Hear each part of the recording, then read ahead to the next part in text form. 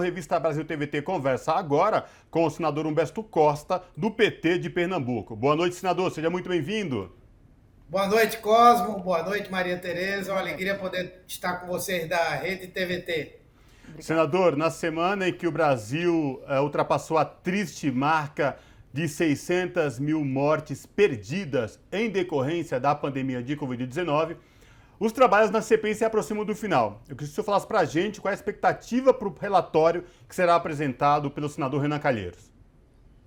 Bem, eu acho que o relatório será bastante consistente, muito contundente, vai apontar todos os crimes que foram praticados, tanto pelo presidente da República, quanto pelo seu governo, quanto por outros atores públicos ou privados, e deve dar uma resposta à angústia do povo brasileiro de saber quem são os responsáveis por essa crise sanitária, política, econômica e social, e que produziu tanto sofrimento a mais de 600 mil famílias do nosso país. Acho que ele será consistente no sentido de que há um conjunto importante de provas materiais, testemunhais, temos vídeos, temos relatórios, temos sigilos quebrados, e eu acredito que a CPI, diferentemente do que muita gente imaginava, ela pode sim ter um efeito importante e, com toda certeza, não vai acabar em pizza. Senador, nessa semana tivemos pontos importantes de depoimentos. Houve também um depoimento que me tocou bastante, que foi de um paciente que sobreviveu por insistência da família, na verdade, tratado então na Prevent Senior, que acabou aparecendo aí, né, nesse contexto, na esteira das investigações, mas queria saber do senhor qual é, na sua visão, o principal ponto que a gente conseguiu acompanhar essa semana na CPI. Bom, eu acho que esse depoimento, esses dois depoimentos do médico e também do paciente foram muito relevantes, porque eles deram uma face humana, não é? A várias coisas que estavam denunciadas no papel ou, no máximo, informações que nós tínhamos no WhatsApp. Eu acho também que o depoimento do presidente da Agência Nacional de Saúde Suplementar permitiu que nós tivéssemos uma noção da incompetência, da indiferença, da omissão que o governo federal teve em todo esse processo, não diretamente pelos atores que compõem a Agência Nacional de Saúde, mas muito mais por eles não terem cumprido aquilo que era o papel da agência, com toda certeza pelas pressões exercidas pelo Bolsonaro, direta ou indiretamente. Né? Mas, sem dúvida, o depoimento do senhor Tadeu, o advogado Tadeu, que foi salvo pela persistência, pela perseverança da sua família, ele é muito contundente. Ele provou que estavam fazendo um experimento sem que as pessoas tivessem conhecimento, sem que suas famílias soubessem, sem que as famílias e as pessoas tivessem dado autorização, e que havia uma ação sistemática para prescrever e administrar medicamentos que não tinham qualquer tipo de eficácia contra a Covid-19, e também a ideia de que determinados pacientes que passaram a se tornar muito onerosos para o plano de saúde deveriam deixar de ocupar as UTIs, enfim, deixando essas pessoas jogadas à própria sorte. Eu acompanhei esse depoimento, a mim, Maria Tereza, tocou muito, eu fiquei muito emocionado. Aliás, eu acho que o Brasil inteiro ficou emocionado, o senador Humberto Costa, com esse depoimento, porque é uma coisa que implica diretamente em sobrevivência e, acima de tudo, o que estava em risco ali, em jogo, né, a vida humana, né, a qualquer custo. E ficou claro no depoimento deste sobrevivente o quanto estava em jogo quando ele estava internado. Mas, senador, eu quero agora abordar com o senhor Durante os trabalhos da pandemia, da Comissão Parlamentar de Inquérito, que é apurações e omissões do governo Bolsonaro frente à pandemia, agora no final, vocês tiveram apoio de um grupo de juristas, né? A comissão parlamentar, alguns senadores se reuniram com alguns juristas. A minha pergunta para o senhor, eu queria que o senhor trouxesse para os nossos telespectadores aqui da TVT e também ouvintes da Rádio Brasil Atual, o quanto é possível afirmar já, através desse aconselhamento desses juristas, quais crimes efetivamente o governo federal cometeu nesta pandemia? Sim, primeiro, os crimes de responsabilidade, eles são evidentes. E todos os juristas com os quais nós conversamos foram unânimes em apontar todos os descumprimentos, né, da Constituição brasileira. O descumprimento quanto ao direito à vida, quanto ao direito à saúde, quanto à obrigatoriedade do Estado de garantir o acesso das pessoas ao sistema de saúde, quanto ao direito das pessoas de terem acesso a esse sistema, crimes de prevaricação e outros que, com toda certeza, se enquadram perfeitamente em crimes de responsabilidade cometidos pelo presidente da República e por seu governo.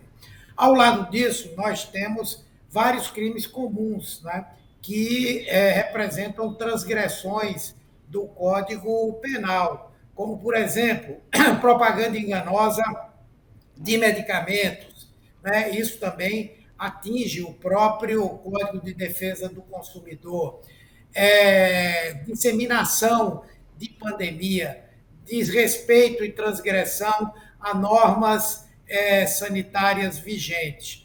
Creio que nós temos também elementos suficientes para caracterizar os crimes contra os direitos humanos e estamos chegando a uma conclusão de que também os crimes contra a humanidade estão marcados nessa investigação. Inclusive, esse episódio da Prevent Senior é significativo de crime contra a humanidade. Com certeza. Senador, ainda nesse aspecto jurídico, quero agora saber do senhor sobre a figura do presidente Jair Bolsonaro. Acho que restou provado que o governo em si, algumas figuras, realmente concorreram para esse cometimento de crime. Mas quero saber de Bolsonaro. No relatório da CPI, haverá indicação e imputação de possíveis crimes contra o presidente que podem até ajudar a amparar mais um pedido de impeachment, né? Tem tantos, mas enfim, mais um pedido de impeachment contra o presidente?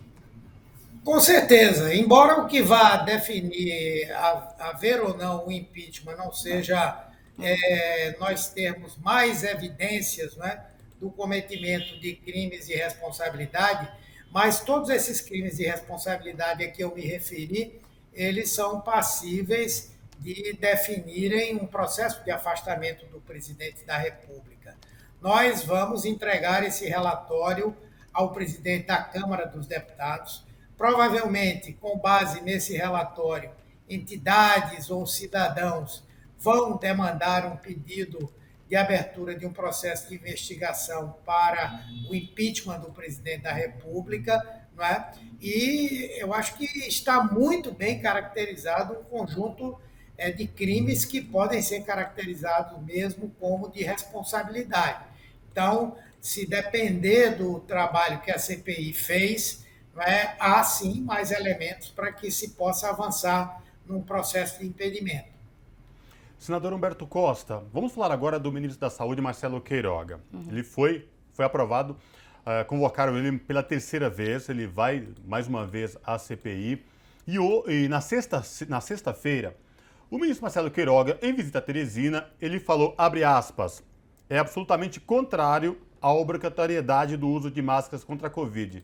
Senador, mais uma fala de um ministro de Estado da Saúde que vai contra tudo que prega a Organização Mundial de Saúde. O que levou a comissão a reconvocar Marcelo Queiroga mais uma vez à CPI? Bom, primeiro nós havíamos feito uma demanda ao Ministério para que nos informasse em 48 horas quais são os planos do governo para garantir não somente a dose de reforço que tem que ser dada esse ano aos pacientes que tomaram a vacina contra a Covid, e também nós queríamos saber qual é o planejamento do governo para o ano que vem, na medida em que há quase que um consenso de que, pelo menos nos primeiros anos seguintes agora, nós teremos vacinações anuais contra o coronavírus, né? E, no entanto, esse prazo não foi respeitado. Ao mesmo tempo, nós tivemos informação de que o Ministério da Saúde, atendendo a uma determinação do presidente da República via o ministro da Saúde, não tomaria uma decisão sobre um parecer que foi emitido por integrante da própria Comissão de Incorporação de Tecnologia do Ministério da Saúde, a Conitec, e que tratava do uso da cloroquina e daquele tratamento precoce. Todo mundo lembra que quando o Queiroga esteve na CPI, sempre que a gente perguntava a opinião dele sobre o tratamento precoce, ele dizia que tinha pedido um parecer a um grupo de cientistas, que o que eles disserem vai ser adotado pelo Ministério, pela Conitec, e, no entanto, ontem, quando já havia esse parecer, não é, nós tivemos o conhecimento de que, por orientação do Ministério, esse tema foi retirado da pauta da reunião dessa comissão, a Conitec. Não é? E, por outro lado, nós achamos que era uma afronta o fato de, depois de ter voltado dos Estados Unidos, a primeira reunião que ele teve foi com os integrantes do Conselho Federal de Medicina, em grande parte responsáveis por essa tragédia de tantas pessoas terem comprado, tomado esses medicamentos que são completamente ineficazes contra a Covid-19. Senador, para a gente já ir encaminhando para a conclusão da nossa entrevista, eu queria perguntar para o senhor sobre um episódio que aconteceu de uma juíza, a juíza do caso Henry, que criticou durante a audiência, durante o julgamento, a CPI, chamando de circo, né? Uma narrativa bastante bolsonarista, né? A gente sabe que os senadores da base governista têm também tentado colocar essa narrativa. Na sua visão, o trabalho que tem se provado tão sério da CPI, aqui o senhor trazendo todos esses elementos, por que ainda se insiste para além do Congresso, porque no Congresso a gente sabe que é um aspecto político, mas fora em desqualificar o trabalho da CPI? Bem, como os fatos eles são contundentes, né? Eles são absolutamente cristalinos, não há como o governo querer contestar com outros fatos ou com uma visão científica. Por essa razão, então, a decisão do governo, desde o primeiro momento, foi o de tentar desqualificar a CPI para, assim, desqualificar as denúncias que o governo recebeu, os depoimentos que foram feitos, os fatos que nós conseguimos provar. Então, é por essa razão que eles insistem nesse tipo de versão, né?